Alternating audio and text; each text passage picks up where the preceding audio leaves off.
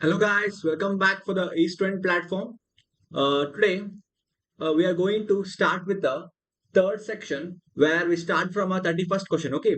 Once again, welcoming you all for our East Trend platform. Myself, Srijan BR. Okay guys, let's start today. हम जल्दी शुरू कर लेंगे. ठीक है, चलो.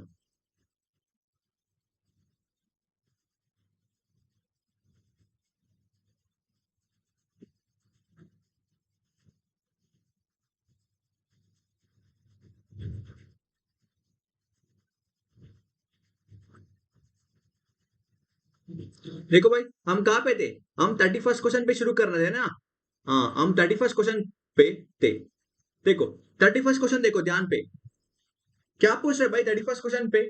31st क्वेश्चन पे पूछ रहे कि among the following compounds, the compounds having a anti conformation is most stable conformation. ठीक है, मतलब कि एंटी कॉन्फॉर्मेशन पे कौन सा स्टेबल कॉन्फॉर्म होता है. ठीक है, मतलब एंटी कॉन्फॉर्मेशन मतलब क्या भाई?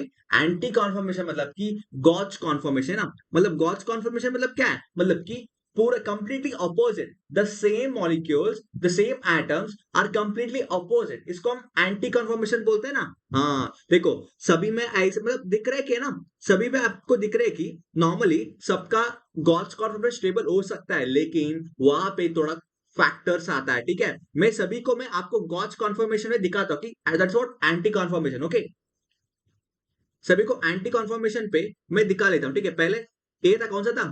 First one, it was a fluorine, right? Yeah, this was fluorine. So this was carbon having two hydrogens here, and this carbon is also having two hydrogens. So let me go with okay, let's go with the anti conformation.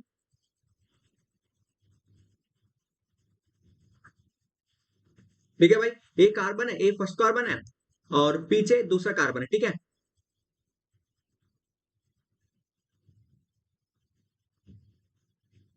ठीक है. देखो भाई, ये normally मैं आपको normal दिखा रहा हूं कि सॉरी, इससे गलती हो गएगा, है ना. हाँ, फ्लोरीन. ठीक है, वन, टू, थ्री. हाँ, ए था फ्लोरीन ना. देखो, वही था ना स्ट्रक्चर. हाँ, वही है स्ट्रक्चर. ठीक है, दो कार्बन एटम्स है. ठीक है, दो कार्बन एटम्स है. देखो इधर पे क्या हो रहा है, पहले तो फ्लोरीन है और उसके बाद हाइड्रोजन हाइड्रोजन ले लेंगे. और दूसरा कौन सा है? और दूसरा फ्लोरीन है और हाइड्रोजन हाइड्रोजन ले लेंगे. ठीक है, दे लिया. ये तो नॉर्मली कौन सा कॉन्फॉर्मेशन है? ये एक्लिप्स कॉन्फॉर्मेशन है ना, एक्लिप्स है. और इसका गॉड्स कॉन्फॉर्मेशन कौन सा है भाई?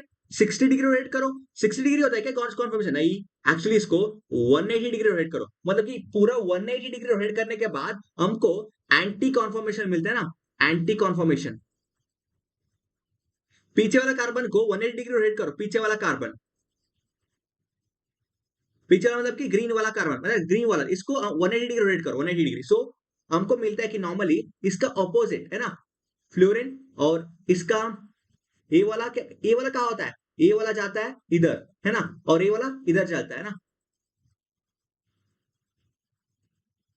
देखो, ए है हमारा एंटी कॉन्फॉर्मेशन,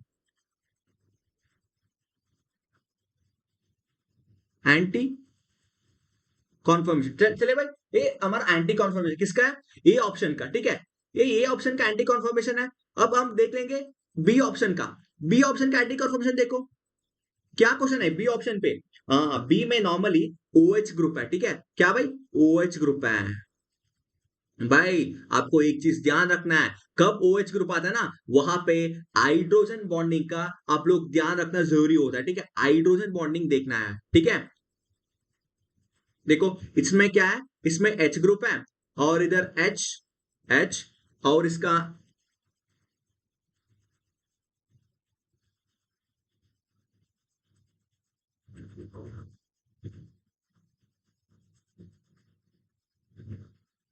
एक्चुअली इसमें एंटी कॉन्फॉर्मेशन स्टेबल नहीं होता है, क्योंकि वहां पे after 60 degree rotation you will get a good conformation, that is a good stable conformation due to hydrogen bonding. That is a eclipse. This is a type of Gauss conformation itself. Okay, this like normally completely it's not, it's partial Gauss, हम बोल सकते हैं partial Gauss बोल सकते हैं. ठीक है, इसको.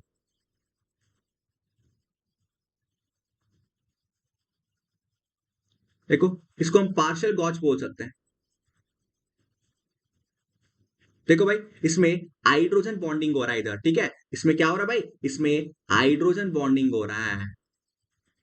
देखो भाई, इसमें हाइड्रोजन बॉन्डिंग हो रहा है, इसलिए 60 डिग्री, 60 डिग्री मतलब पार्शियल एक्लिप्स है ना। हाँ, एक्चुअली ये पार्शियल एक्लिप्स बोल, सॉरी, ऐसे बोल सकते हैं, ठीक है। पार्शियल एक्लिप्स बोल सकते हैं, ठीक है भाई। हम इसको पार्शियल एक्लिप्स बोल सकते हैं। हाँ, this is stable due to partial eclipse. Stable क्यों भाई, क्योंकि stable due to hydrogen bonding.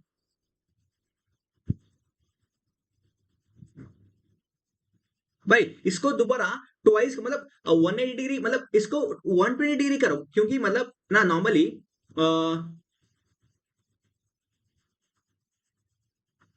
120 degree क्यों करने के लिए बोल रहा है कि हमको एंटी कॉन्फर्मेशन मिलते हैं ना। हम एंटी कॉन्फर्मेशन लिख के एक बार उसको टेस्ट कर लेंगे कि मतलब स्टेबल हो सकता है नहीं हो सकता है, ठीक है।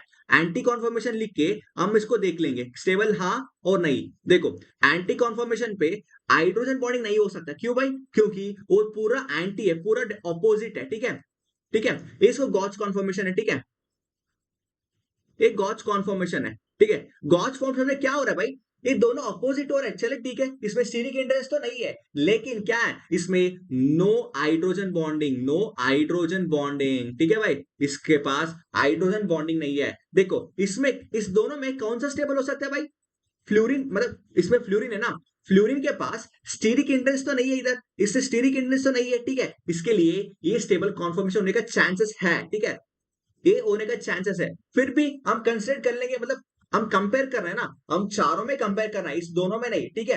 हम इसको कंसिडर कर लेंगे, ठीक, हाँ हो सकता है, मतलब कि एंटी कन्फर्मेशन स्टेबल हो सकता है, पॉसिबल है, possible to be stable in gauche formation, ठीक है। In gauche formation it is possible stable होने का, लेकिन हमारे पास और भी दो कंपाउंड्स है ना। और भी दो है, कौन सा था, और सी ऑप्शन कौन सा भाई। देखो, सी ऑप्शन क्या है, सी ऑप्शन है O H and a fluorine, है ना। सी ऑप्शन है ओ एच है और फ्लोरीन। देखो भाई, भाई इसमें भी क्या हो रहा है, इसमें भी है हाइड्रोजन बॉन्डिंग, कहाँ हो रहा है, मैं दिखाता हूं आपको हाइड्रोजन बॉन्डिंग कहाँ हो रहा है इसमें, ठीक है। नॉर्मली इसमें देखो, ओ एच ग्रुप तो है इसे, ठीक है। और इसके में एफ फ्लोरीन है इधर, ठीक है। फ्लोरीन है, और इधर हाइड्रोजन है, इधर हाइड्रोजन है, ठीक है भाई। देखो, इसमें है हो रहा है।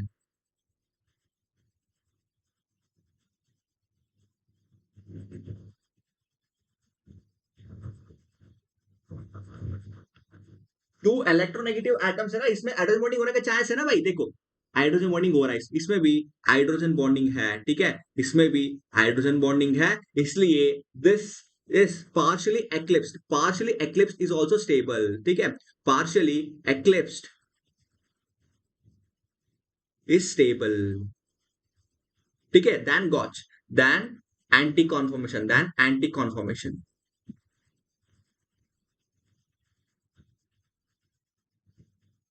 Then anti conformation, partially eclipsed is a stable, ठीक है। और एक कौन सा था, ऑप्शन सी में, ठीक है। हम ऑप्शन डी देख लेंगे भाई।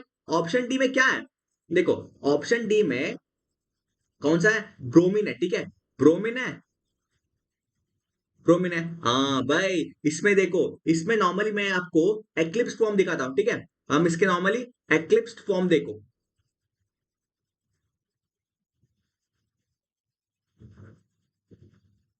ब्रोमीन है, ठीक है। हाइड्रोजन है, सॉरी, हाँ,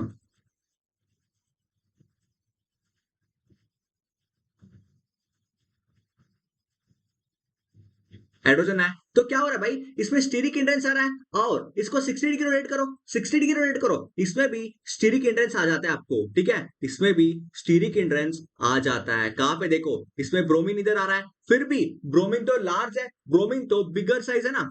bromine is a bigger in size,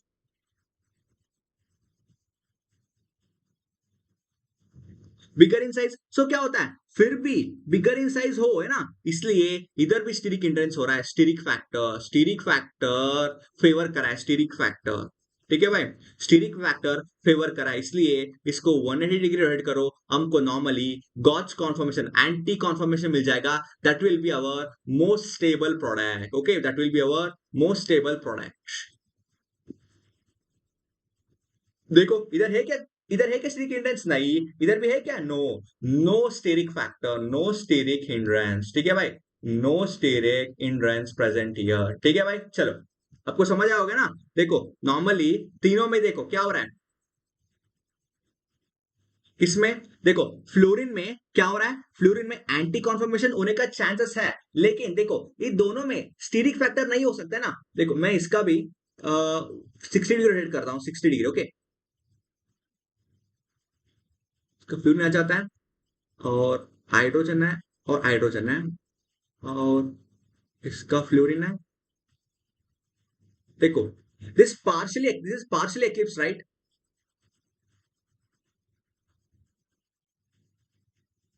This is partially eclipsed. This is favored. This is favored. Okay. This is fine. Okay. Because there is no steric hindrance. No steric hindrance. ठीक है, no steric hindrance मतलब कि इधर गॉच conformation जाने का जरूरत ही नहीं है, because it is stable in this form, it is partially eclipsed is stable. ठीक है, partially eclipsed is stable rather than using a more energy and rotating again 180 degree extra to make a anti conformation is not required, because fluorine is lesser in size, fluorine is lesser in size.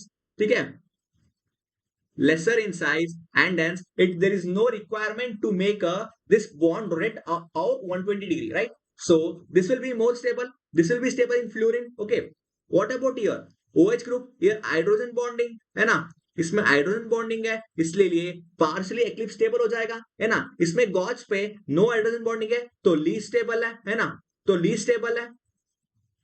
और इसमें देखो इसमें भी hydrogen bonding है ना, इस ये भी भाई ये पॉसिबल है ना, हाइड्रोजन बॉन्डिंग इसमें पॉसिबल है ना भाई, देखो पॉसिबल है ना। हाँ, इसमें भी हाइड्रोजन बॉन्डिंग पॉसिबल है। ठीक है, इसके लिए क्या होता है, इसके लिए ये भी eclipsed form, partially eclipsed form, partial eclipsed form is stable. ठीक है, स्टेबल। ठीक है भाई, ये भी स्टेबल है, लेकिन इसमें देखो इसमें क्या हो रहा है, इसमें B R bigger in size है, इसलिए स्टीरिक फैक्टर आ रहा है कहां पे, स्टीरिक फैक्टर कहां पे, पार्शियली एक्लिप्स्ड फॉर्म में स्टीरिक फैक्टर है, पार्शियली एक्लिप्स्ड फॉर्म में स्टीरिक फैक्टर है, इसलिए क्या हो रहा है, इसलिए partially eclipsed is not possible, is not possible, but there is no steric hindrance in anti conformation, there is no steric hindrance in anti conformation, and bromine will be the our required answer, bromine will be our required answer. चले भाई, आपको समझ आएगा ना, ये मतलब ऐसा है कि समझ नहीं आएगा, लेकिन तो it's easy, only simple reasons. Fluorine is smaller in size, so Koch conformation is not required. It forms a partially eclipsed form. What about B? In B, there is a hydrogen bonding, and hence partially eclipsed form is possible. In C, hydrogen bonding, the same reason as a B. What about D? In D, it's a bigger in size, and hence partially eclipsed form or a eclipsed form is not possible. So what? So what does it happen? So it goes for a Gauch conformation. It will be the best, so it will be highly stable in a Gauch form. Okay guys, चलो देखो 32 question देखो, एक बार 32 question देखो क्या पूछ रहे 32 question पे, भाई 32 क्वेश्चन पे पूछ रहे कि in which of the following octahedral complexes of a cobalt, है ना, this is like cobalt, right? CO atomic number 27, right? With a magnitude of a delta naught be the highest, है ना भाई, डेल्टा नॉट मतलब कि higher CFSC होना चाहिए, higher CFSC किसमें भाई, higher CFSC, higher CFSC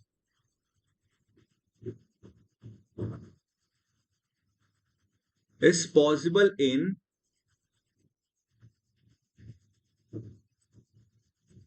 strong field ligands. Okay bhai, higher CFSE is possible in a strong field ligands. Okay, what are those strong field ligands? That is carbonyl, cyanide, है ना, these are all strong field ligands, right?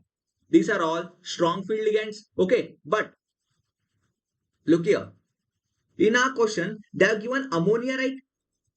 ammonia is what? It's a neutral ligand and hence it is not strong field. It's a neutral ligand and it's not a strong field. It's a weak field ligand. Ammonia is a weak field ligand. ठीक है, ammonia is a weak field ligand. और देखो water is also same like ammonia. Water is also a weak field ligand. Okay, then what about this oxalate ion? Oxalate ion is a strong field or a weak field? भाई oxalate ion है ना, C2O4. C2O4. It is a weak field ligand. It's a weak field ligand. Oxalate is a bidentate ligand, but it's a weak field ligand. Oxalate ion, it is a bidentate ligand. Okay, this is a bidentate ligand, but weak field. ligand. ठीक है, देखो ए भी weak field है ना, ए भी weak field ligand हो गया. अब देखो कौन सा बचा है, cyanide, Cn minus. This is a strong field ligand. ठीक है, साइनाइड है, ये स्ट्रॉन्ग फील्ड लिगेंड है. This are a strong field ligands. Hence, due to the presence of strong field ligands, there takes place a what? There takes place a higher CFSC value. ठीक है, presence of a strong field ligand क्या होता है भाई?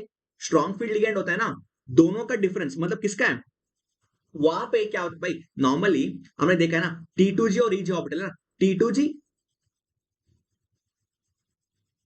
और EG. ठीक है, T2G और EG ऑर्बिटल का डिफरेंस है ना, this difference delta he, so delta not, हम डेल्टा नॉट बोलते हैं ना, CFSC.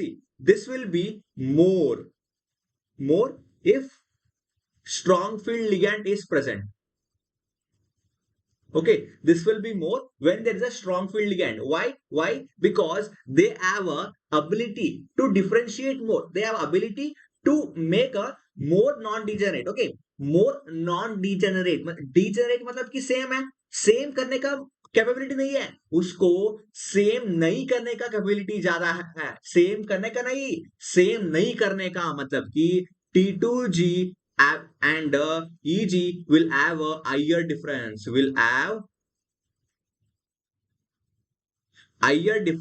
and hence क्या होता है, इसके लिए वहां पे spin pairing takes place. क्यों भाई? क्योंकि वहां पे स्ट्रॉन्ग फील्ड लिगेंड आता है और इस दोनों का इस मतलब इसका ऑर्बिटल्स को, ये 2 ऑर्बिटल्स है और ये 3 ऑर्बिटल्स है, इस 5 ऑर्बिटल का डिफरेंस है ना, ये ज्यादा बढ़ाता है कौन सा, स्ट्रॉन्ग फील्ड लिगेंड. तो इसलिए क्या होता है, वहां पे स्पिन पेयरिंग हो जाता है. बाद में स्पिन जंप होता है ना, हाई स्पिन नहीं होता है, वहां पे लो स्पिन है, लो स्पिन ऑर्बिटल्स. ठीक है, हाँ, due to strong field ligand आई से स्पिन पेयरिंग हो जाते हैं भाई. चले बस, चलो हमारा आंसर क्या है, हमारा आंसर है ऑप्शन बी है. क्यों भाई? क्योंकि वहां पे स्ट्रॉन्ग फील्ड लिगेंड है, बस सिंपल, कुछ नहीं इसमें, वहां पे स्ट्रॉन्ग फील्ड लिगेंड है, इसके लिए वहां पे क्या हो रहा है, CFSC का डिफरेंस ज्यादा हो रहा है. चले, चलो अब देखो 33rd क्वेश्चन. देखो 33rd क्वेश्चन क्या पूछ रहा है. 33rd question, the hydroxyl ion concentration of a 1 molar HCl is the hydroxyl ion concentration of 1 molar HCl. भाई अभी देखो 1 मोलर हाइड्रोक्सिल आयन मतलब क्या है भाई, हाइड्रोक्सिल आयन मतलब कि OH माइनस कॉन्सेंट्रेशन कितना है, OH माइनस कॉन्सेंट्रेशन कितना है पूछ रहा है. ठीक है, क्या क्या डेटा दिया है, देखो डेटा क्या दिया है, डेटा दिया है आपको,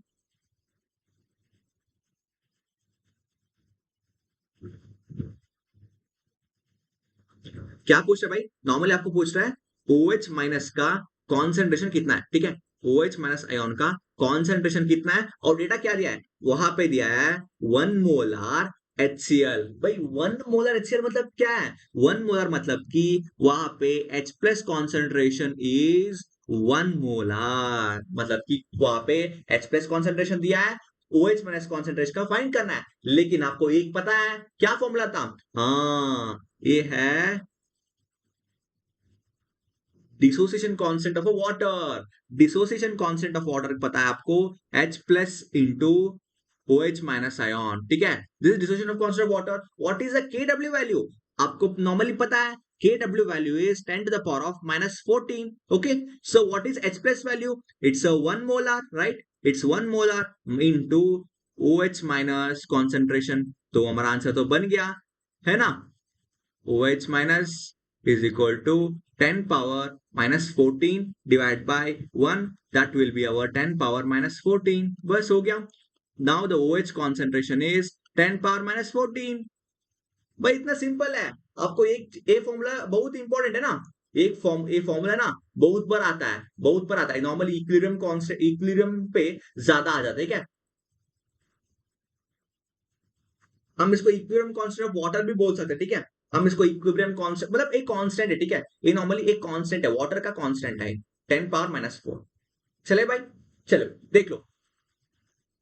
आ जाओ आंसर पे आ जाओ. क्या पूछ रहे हैं. हाइड्रोक्सिल आयन है, क्या आता है 10 पावर माइनस 14. 10 पावर कितना भाई.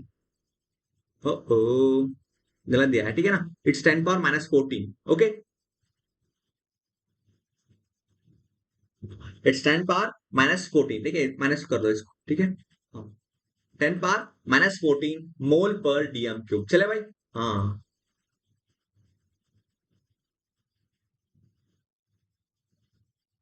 चलो अब देखो 34 क्वेश्चन. देखो भाई 34 क्वेश्चन क्या पूछ रहे. 34 question, the unit of a rate constant, the unit of a rate constant for a zero order reaction. भाई नॉर्मल इसके लिए आपको एक जनरल फॉर्मूला पता होना चाहिए.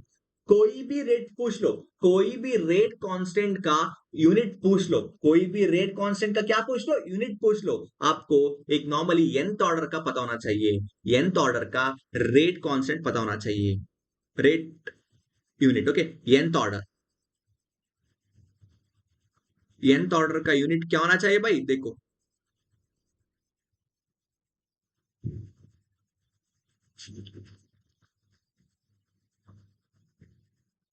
nth ऑर्डर का यूनिट होता है मोल 1 minus n litre n minus 1 पर सेकेंड. भाई बस इतना ही है और कुछ नहीं है. बस ये nth ऑर्डर का है. इसमें आपको कोई भी ऑर्डर दे दो, any order, n can be 0 1 2 3 anything. Okay, now in your question they have asked for a zero order, right? So n will be 0. Okay, so substitute here. So mole 1 minus 0 liter 0 minus 1 per second. So what you will get, you will get a mole per liter per second. ठीक है, मोल पर litre पर second. ठीक है भाई, देखो अब हमारा आंसर पे पर लीटर पे है क्या और नहीं. एक्चुअली क्या होता है, एक्चुअली वहां पे डीएम क्यूब दिया होगा ना. एक्चुअली डीएम, हाँ देखो डीएम क्यूब दिया है, डीएम क्यूब. हाँ, आपको एक चीज पता है, क्या पता है. हमको पता है नॉर्मली 1 लीटर को कितना होता है. 1 litre is equal to 1000 centimetre cube, है ना. 1 litre is equal 1000 centimetre cube. तो 10 centimetre is equal to 1 DM, है ना. अब 10 power 3 centimetre cube is equal to कितना है 1 डीएम क्यूब. भाई 10 पावर 3 मतलब क्या है. 10 पावर 3 मतलब कि 1000 centimetre cube is equal to 1 DM cube. So 1000 centimetre को डीएम क्यूब सब्स्टिट्यूट करो इसमें, क्या होता है. तो होता है 1 litre is equal to 1 DM cube. बस अब इसमें चेंज करो, बस मोल पर डीएम क्यूब पर सेकेंड. देखो भाई ये हमारा जीरो ऑर्डर का यूनिट है, यूनिट फॉर जीरो ऑर्डर. बस सिंपल, कितना ये आसान है. ठीक है भाई, देख लो ये हमारा आंसर होना चाहिए मोल पर डीएम क्यूब पर सेकेंड. कहां पे है, मोल पर डीएम क्यूब पर सेकेंड. हाँ भाई ऑप्शन बी है. बस सिंपल, इतना आसान है ना. हाँ चले भाई, हो गया 34. अब देखो, अब कौन सा देखना है, अब देखना है 35th क्वेश्चन. 35th क्वेश्चन देखो भाई, क्या पूछे 35th question. Using the basic phase rule equation, using a basic phase rule equation, find out which of the following is a correct representation of the degree of freedom of a system. Using a phase rule equation, what is a phase rule equation guys. phase rule equation होता है F. ठीक है, क्या होता है भाई, phase rule equation होता है F is equal to, what is F? F is a degree of freedom. Okay, F is equal to, what is C? C is a number of component. Okay, C minus phases plus 2. ठीक है, ये हमारा face rule के equation का formula है. ठीक है, formula of a face rule. ठीक है भाई, formula of a face rule. अब क्या पूछ रहा है, अभी इसमें कुछ नहीं है, इसमें सब्स्टिट्यूट करो। ये दिया है ना equation, A B C D options, this should be valid for this. Okay, that means if f is equal to 0 for a two component system with a two phase, मतलब कि फेस 2 होना चाहिए और टू कंपोनेंट्स होना चाहिए when f is equal to 0, इसको substitute करो कि कहां पे आंसर राइट आंसर आता है, वही हमारा ठीक आंसर है। ठीक है भाई, देख लो कैसे है। f is equal to 0, two component system, f is equal to 0 for a two component system,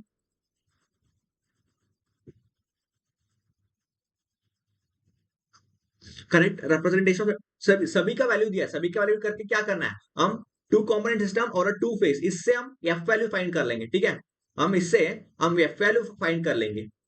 चलो दिखा दो मैं कैसे करना है। पहले ऑप्शन ए का चेक कर लेंगे, एफ वैल्यू हमको पता है, मतलब दिया है, और कंपोनेंट का भी दिया है ना। कंपोनेंट पहले टू टू है, और टू फेस इक्विलिब्रियम है, और टू है प्लस टू है, कितना आना चाहिए भाई, टू टू कैंसिल हो गया, F is equal to two आ रहा है, लेकिन इधर कितना दिया है, F is equal to zero दिया है, मतलब कि ये गलत आंसर है। और देखो बी में देखो क्या दिया है, F is equal to two दिया है। ठीक है, एफ को क्या करना है पता नहीं। वन कंपोनेंट सिस्टम कितना है भाई, कंपोनेंट्स कितना है, वन है।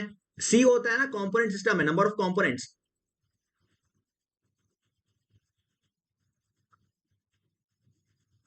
Okay, C is the number of components and phi is the face.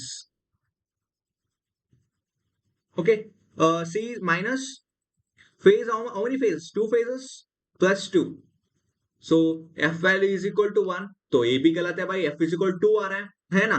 और C देखो, f is equal to two component system, okay two phases, two plus two कितना आ रहा है, दो दो कैंसिल है, f is equal to two आ रहा है दोबारा। हाँ भाई ये भी गलत है। और इसमें देखो D में देखो, f is equal to one component system one minus two faces.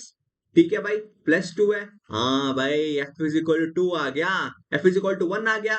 तो इधर कितना दिया है, हाँ इधर F is equal to one नहीं दिया है, ये हमारा राइट आंसर है भाई। सिंपल, कुछ नहीं है इसमें, डायरेक्ट सब्स्टिट्यूट करना है ये फॉर्मूला के ऊपर, ये इंपॉर्टेंट फॉर्मूला है, इसके ऊपर सब्स्टिट्यूट करना है और हमारा राइट आंसर देखना है बस। F is equal to one option D में आ रहा है, तो यही हमारा राइट आंसर। ठीक है, नंबर ऑफ कंपोनेंट सिस्टम है। ठीक है, यानी सी इज नंबर ऑफ कंपोनेंट्स, इधर दिया है टू दिया है, वन दिया है, टू दिया है, वन दिया है, और फेसेस टू टू टू, सभी का टू फेसेस दिया है ना। F P is the phases, C is the number of components. Okay, actually to remember this problem I have one code, like see, my friend was there, f is my friend. Okay, my friend was there, he passed in chemistry but failed in physics in a plus 2. Okay, in a plus 2, my friend was there. Okay, my friend was there, he passed in a chemistry but failed in a physics in a plus 2. But if you get doubt, this is a simple formula, you can remember it, but if you get any doubt you can just follow this. Okay, c minus p plus 2। चलो भाई, चले 35th question हो गया। अब देखो 36, देखो 36 question देखो क्या पूछ रहा है भाई 36 पे। हाँ 36 में आपको पूछ रहा है कि what is the unit of a specific conductance. Specific conductance का यूनिट क्या होता है वो पूछ रहा है ना। हाँ, स्पेसिफिक कंडक्टेंस का यूनिट क्या होता है। नॉर्मली एक चीज ध्यान रखना है आपको, कंडक्टिविटी के पहले रेजिस्टेंस चीज ध्यान रखना है। ठीक है, क्या क्या रेजिस्टेंस का चीज है, हाँ रेजिस्टेंस का चीज मतलब कि वहां पे resistance is equal to rho resistivity by cell constant. L by A is the cell constant. Okay. What is R? R is the resistance. Okay. Rho is the resistivity. Okay. This length and area is a cell constant. Okay. L is the length. A is the area. What is conductivity? What is conductance? The inverse of this resistance. The inverse of this resistance, you will get a conductivity. Okay, this inverse of resistance, you will get a conductance. Okay, so the inverse of resistance, you will get a conductance, or inverse of resistivity, you will get a conductivity, and the you should inverse the cell constant also. You will get a by L. So, okay, you will get a by L. So, what is 1 by R? 1 by R, we call it as a C, conductive conductance. Okay, C is a 1 by R, or 1 by rho is kappa. It is called conductivity. 1 by rho is a kappa, it is conductivity, and area by length. Okay, what is K? K is equal to kappa, or C is the conductance. Okay, this area and the length I have mentioned you. Now see here. So what is the, you should find the unit for kappa, right? This is conductivity, right? So kappa, it's conductivity.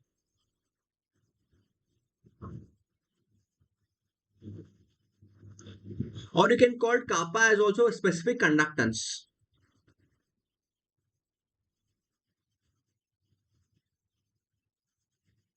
Okay, this is called specific conductance also. So what is the unit of a conductance? The unit of a conductance is a Siemens. Okay, what is the unit of conductance? The unit of a conductance is a Siemens. So kappa is equal to conductance into length by area. So what is conductance by? Conductance is a Siemens into length.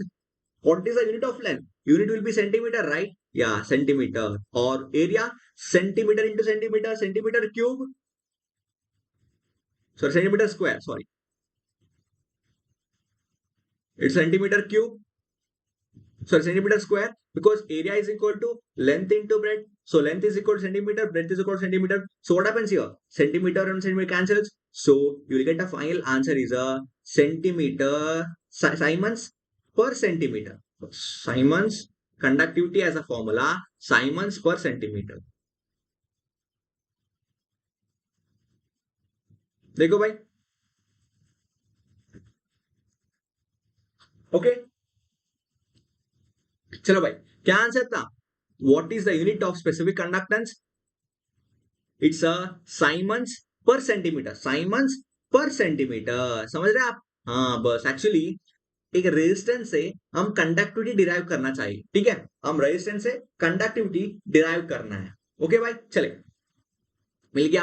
अब देखो 37 question. देखो 37 question क्या पूछा. 37 question, the addition of a catalyst during a chemical reaction alters which of the following quantities. भाई catalyst क्या काम करता है भाई? Catalyst will do the work of what? Will bring out the alternate path for the reaction, right? It brings an alternate path. It means that normally when the reaction coordination is taking place here, okay, it's an energy. Okay, what happens here? This is a reactant. Okay, this is a reactant, and this is a product. This is a product, and it's a reactant. So normally the reaction goes in this way. Okay, the reaction goes in this way, which is without catalyst. This is without catalyst. Without catalyst, it means that the reaction need this much of activation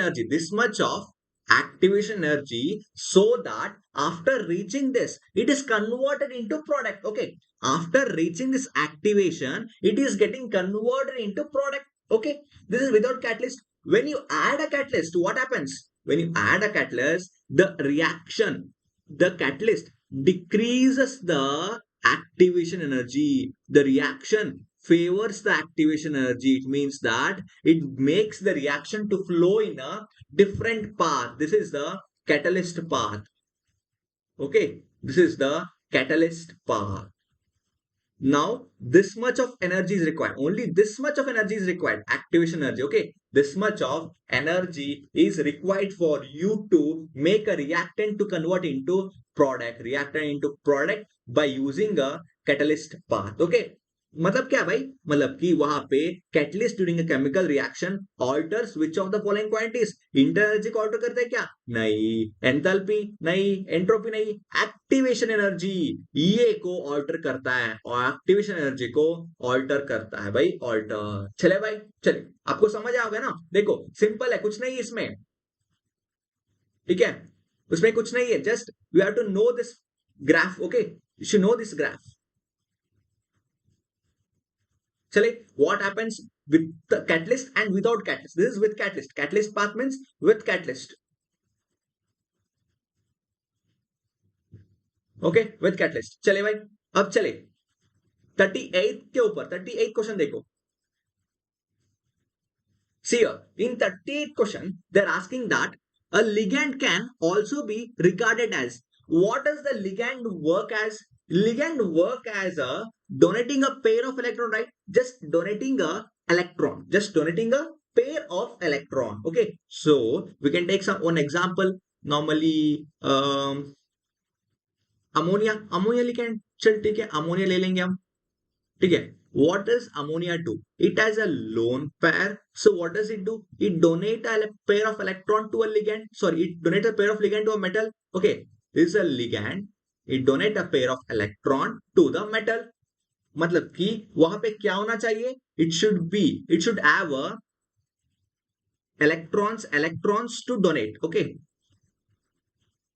this is done by a ligand. Okay, this is done by a ligand. So in our question, they're asking that among this Lewis base, Lewis acid, Bronsted base, Bronsted acid, among this, which one act as a ligand? Okay, before going to that, you have to know what is Lewis base, Lewis acid, Bronsted base, Bronsted acid. What is Lewis acid by?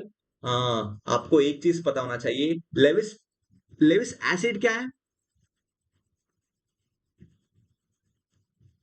Lewis acid होता है ना, ये accept a pair of electron. This accept a electron means there should be a vacant site. Okay, there should be vacant orbital. There should be a vacant orbital so that it can accept the pair of electron. Okay, orbit. Okay, so what example you have seen many example, like even the boron also. Just even a boron behaves as the same. Boron, Ag, okay, aluminium, this all act as a Lewis acid. What about Lewis base? These Lewis bases are a electron donor. मतलब कि electron pair donors. Like example what? अभी दिया है ammonia. ठीक है, क्या करता है? इलेक्ट्रॉन पेयर डोनेट करता है ना. हाँ, एक्सेट्रा. ठीक है, और ब्रॉन्स्टेड एसिड क्या भाई? भाई ब्रॉन्सन एसिड मतलब कि which donates a proton, which donates proton, which donates a proton. This is called, which donate a proton is called as a Bronsted acid, and which accept a pair of electron, which accept a proton is called an Bronsted base. Okay, what is Bronsted base? Which accept a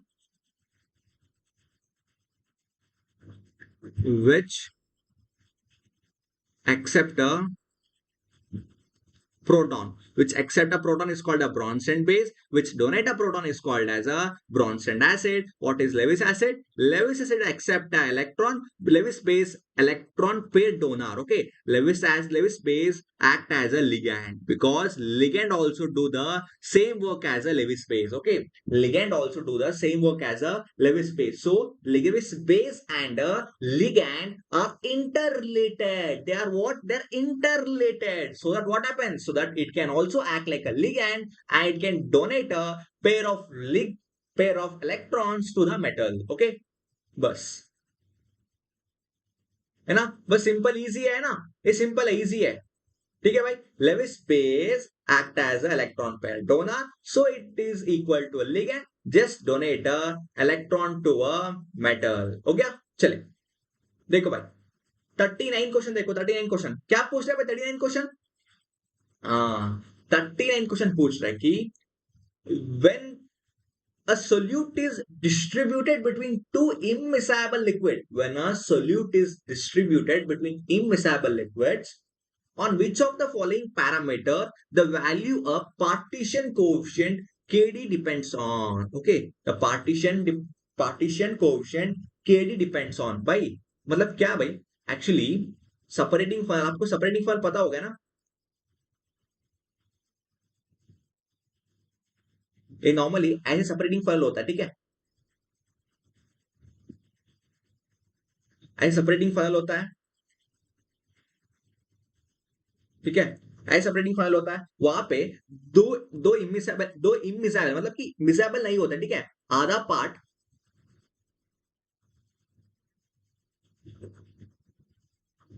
ठीक है, इसमें क्या होता है, आधा part, इसमें इतना part एक फॉर्म ऑफ लिक्विड है, और इतना part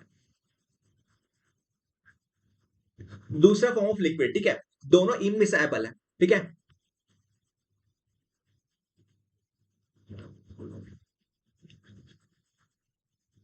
both are immiscible liquids, okay, these are immiscible liquids. Then what are they asking? Distrib this when a solute is distributed between two immiscible liquids, on which of the following parameters the value of partition coefficient depends? It depends on the amount of solute, it depends on temperature, it depends on relative amount of two solvents and a pressure. या भाई distributed कब क्या होता है, वहां पे कब solvent आ जाता है ना, it depends on the two different solvent के ऊपर डिपेंड होता है, मतलब कि के डी डिफरेंशियल को parameter is equal to C1/C2. This is one of the concentration of a solvent 1 and this is the concentration of a solvent 2, मतलब कि ये दोनों के ऊपर kd depends on both relative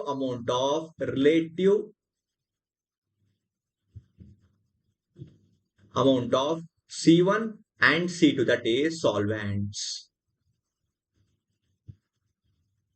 okay, that is solvents, ठीक है भाई, this is what is a separating funnel, okay, in separating funnel when we are checking out,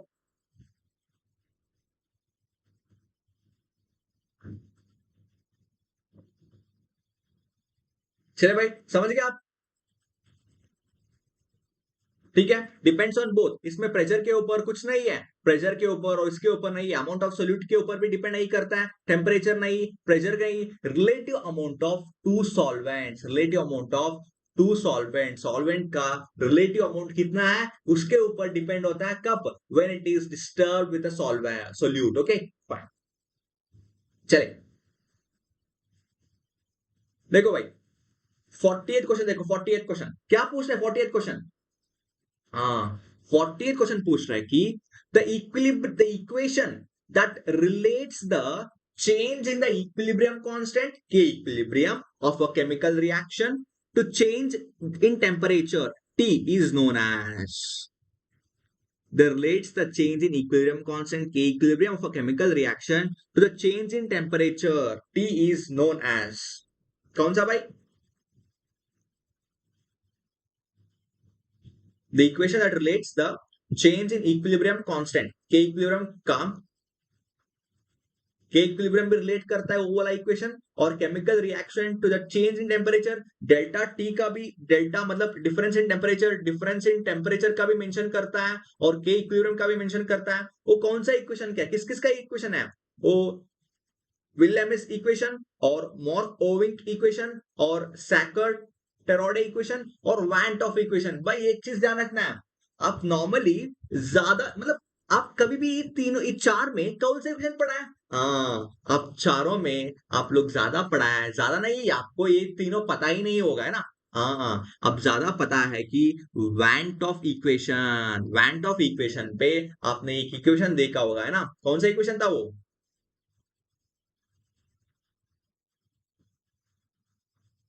that was ln k2 by k1 है ना, वही equation है ना, ln k2 by k1, right, this is a van 't Hoff equation relates the equilibrium constant and the temperature of for the chemical reaction, that is ln k2 by k1 is equal to minus the enthalpy, standard enthalpy divided by r T2 minus 1/T1, चले भाई यही है ना, हाँ अब यही reaction है, यही इक्वेशन है, ठीक है, this is the one of equation, what is this, this is a one of equation that relates the equilibrium constant and difference in temperature.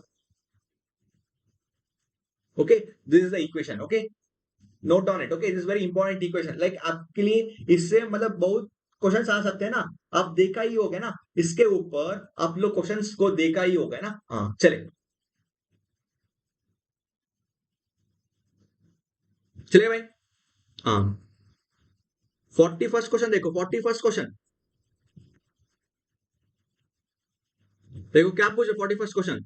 हाँ, milk is a colloidal system in which milk is a colloidal system in which कहाँ पे disperse हो रहा है, water is dispersed in fat, fat के अंदर पानी आके डिस्पर्स हुआ क्या, पानी आके ऐसे डिस्पर्स हुआ क्या, नहीं भाई, पानी आके क्यों होता है भाई, वहां पे मिल्क है, मतलब कि fat is dispersed in a milk, मतलब कि fat is dispersed in a water, पानी अंदर फैट आके डिस्पर्स हो जाएगा, फैट के अंदर पानी नहीं आता, ठीक है, और fat is dissolve in water, नहीं नहीं, डिजॉल्व हो गया मतलब क्या है, प्लेन सॉल्यूशन आ जाता है ना, प्लेन सॉल्यूशन, ठीक है, दैट इज डिजॉल्व, कैसे डिजॉल्व कब होता है, मतलब ये डिजॉल्व कब होता है ना, when there is a water and a salt. Okay, when these two is present, you will get a dissolved solution. But in this, it is dispersion. It is a collateral dispersion. Fat is dispersed in water. Fat is completely dispersed in water. Fat is completely dispersed in water. ठीक है, मतलब कि पानी था अंदर, पहले पानी है, ठीक है, पानी के अंदर फैट कॉम्पाउंड्स, ठीक है, फैट कॉम्पाउंड्स डिस्पर्स हो चुका है, ठीक है, फैट कॉम्पाउंड्स डिस्पर्स हो चुका है पूरा, ठीक है, पहला पानी है, उसके अंदर फैट कॉम्पाउंड्स है, ठीक है, this is a fat compounds,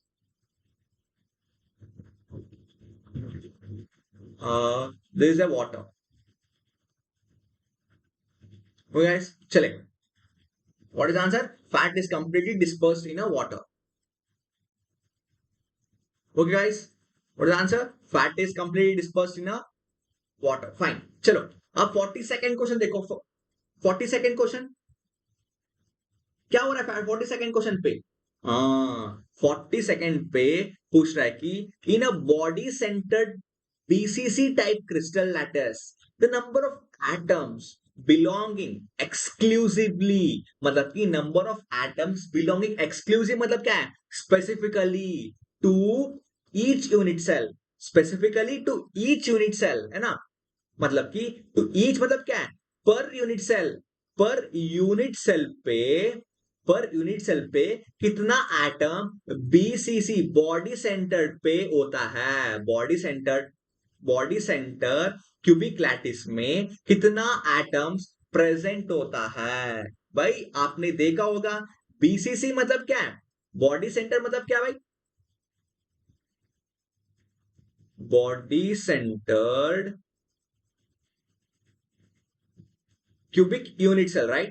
Cubic unit cell. What is this? This is a BCC. BCC means first it has a corners and corners. Okay. Next in body center. In body center. But what about atoms of corner? Atoms of corner are 8, but shared with 1 by 8. You know? Atoms are 1 by, okay, 8 corners. Okay. They are shared with the one corner is shared with the 1 by 8 unit cell, right?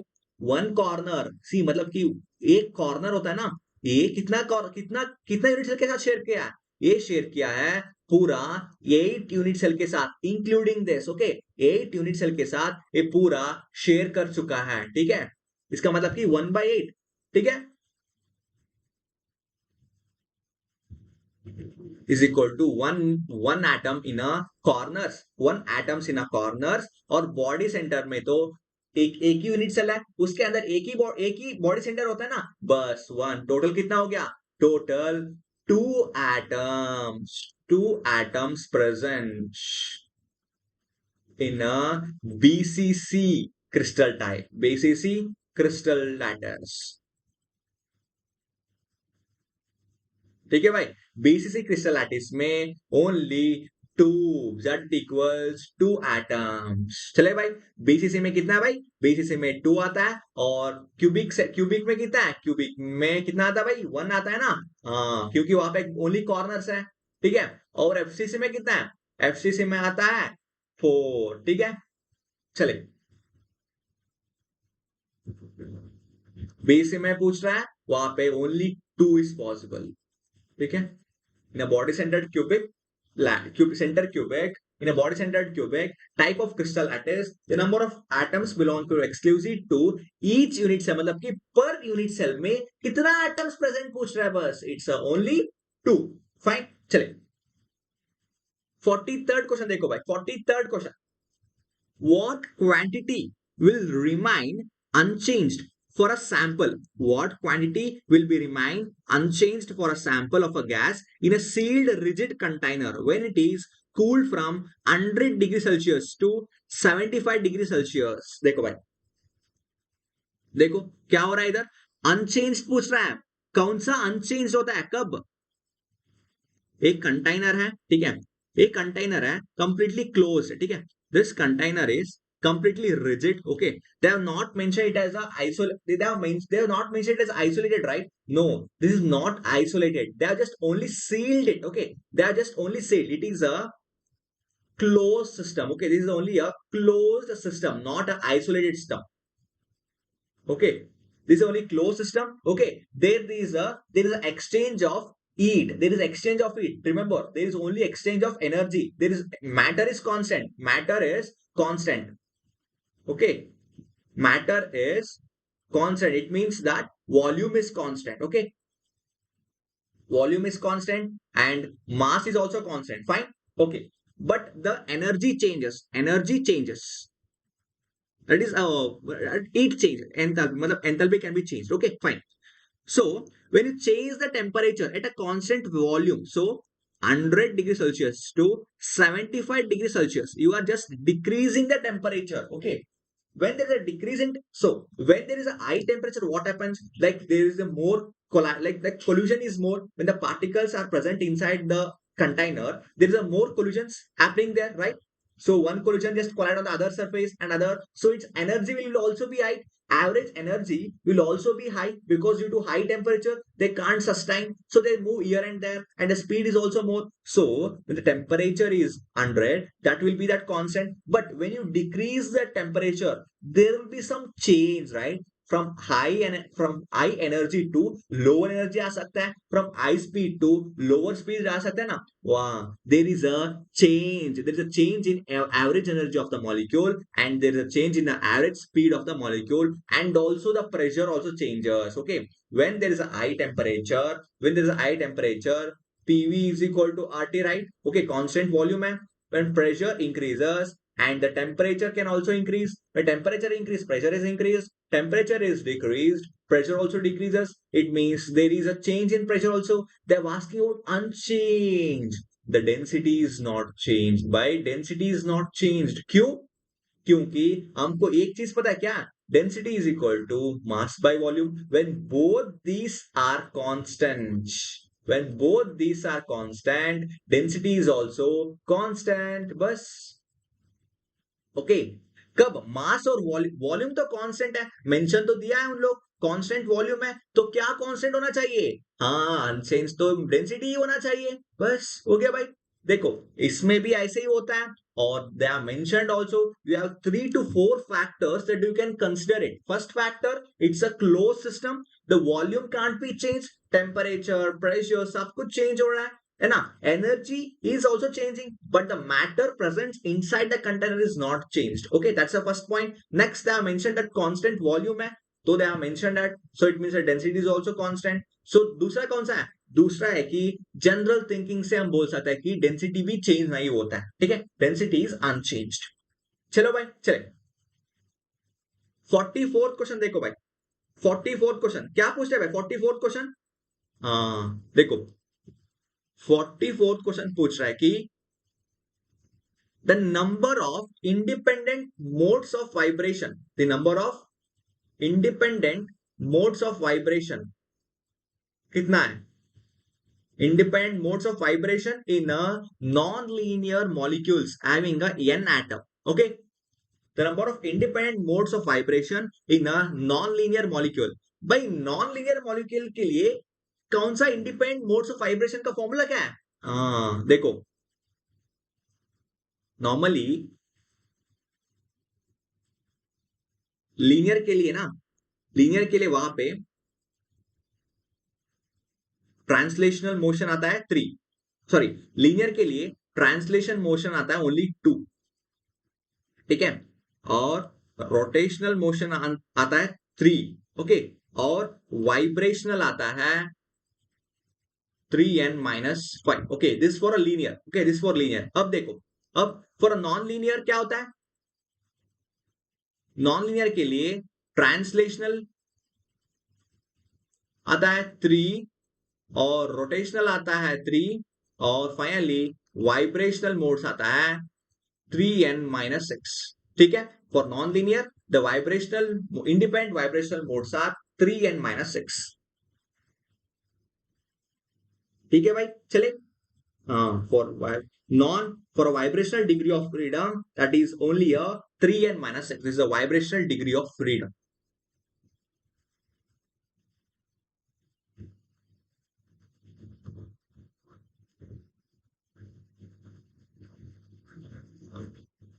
चले भाई, चले, चलो, हमारा 44 question तो complete हो गया है ना, 44 क्वेश्चन तो कंप्लीट हो गया। Number of independent modes of vibration तो इतना ही है। उसके बाद देख लेंगे हम 45th क्वेश्चन। देखो 45 करके हम खत्म कर लेंगे, ठीक है।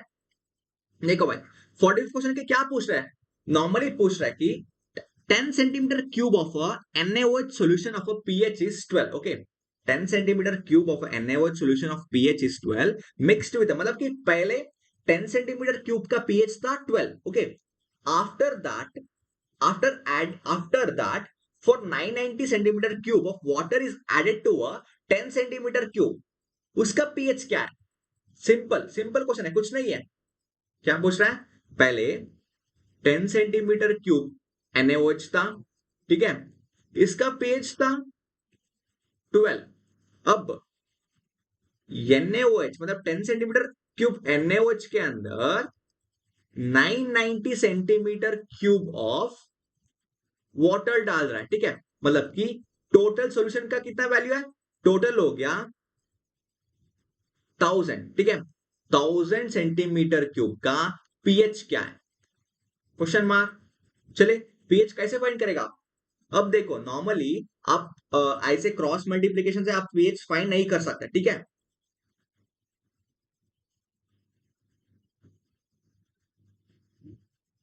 आप क्रॉस मल्टीप्लीकेशन से आप pH फाइंड नहीं कर सकते।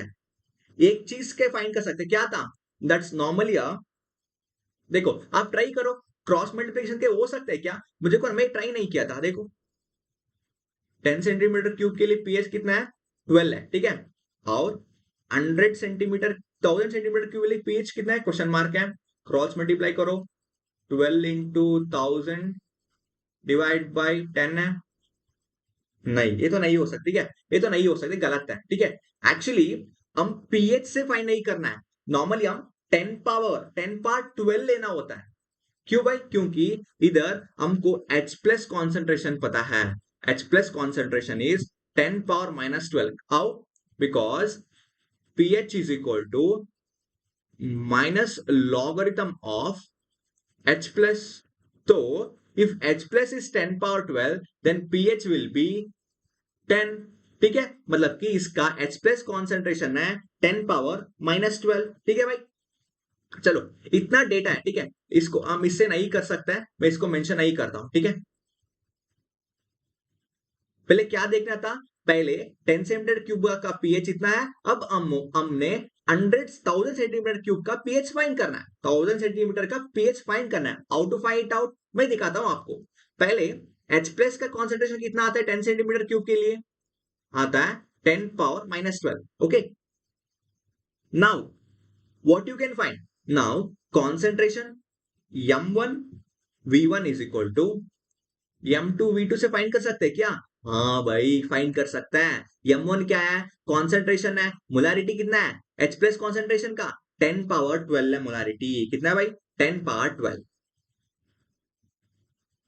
ठीक है भाई, ये 10 पावर 12 है। और ए कितना है? वॉल्यूम कितना है? ये 100 सेंटीमीटर क्यूब। चले भाई, 100 सेंटीमीटर क्यूब है। और इसका देखो, ए कॉन्सेंट्रेशन कितना है? यही तो फाइंड करना है हमको, M2 ही फाइंड करना है। और वॉल्यूम कितना है भाई? 1000 है। ठीक है, चले, हो गया। अब M2 क्या होता है? M2 is equal to 10 power minus 12 into 10 divide by 1000। ठीक है, अब कैंसिल कर दो, हो गया। और इसको 10 power minus 12, this is 10 power 2, तो ऊपर आ गया। तो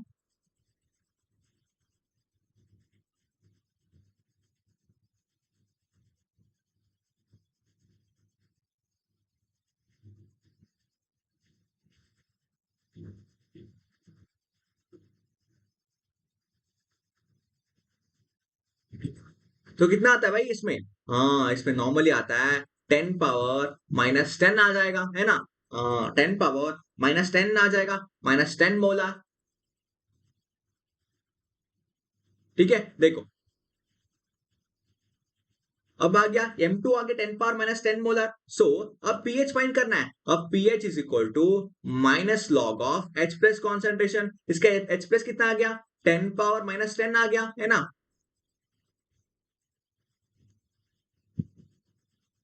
तो पीएच कितना भाई? तो पीएच इज इक्वल टू 10। बस, मिल गया हमारा आंसर, है ना? बस सिंपल है भाई, कुछ नहीं है। पहले हम क्या कर रहे थे, देखो,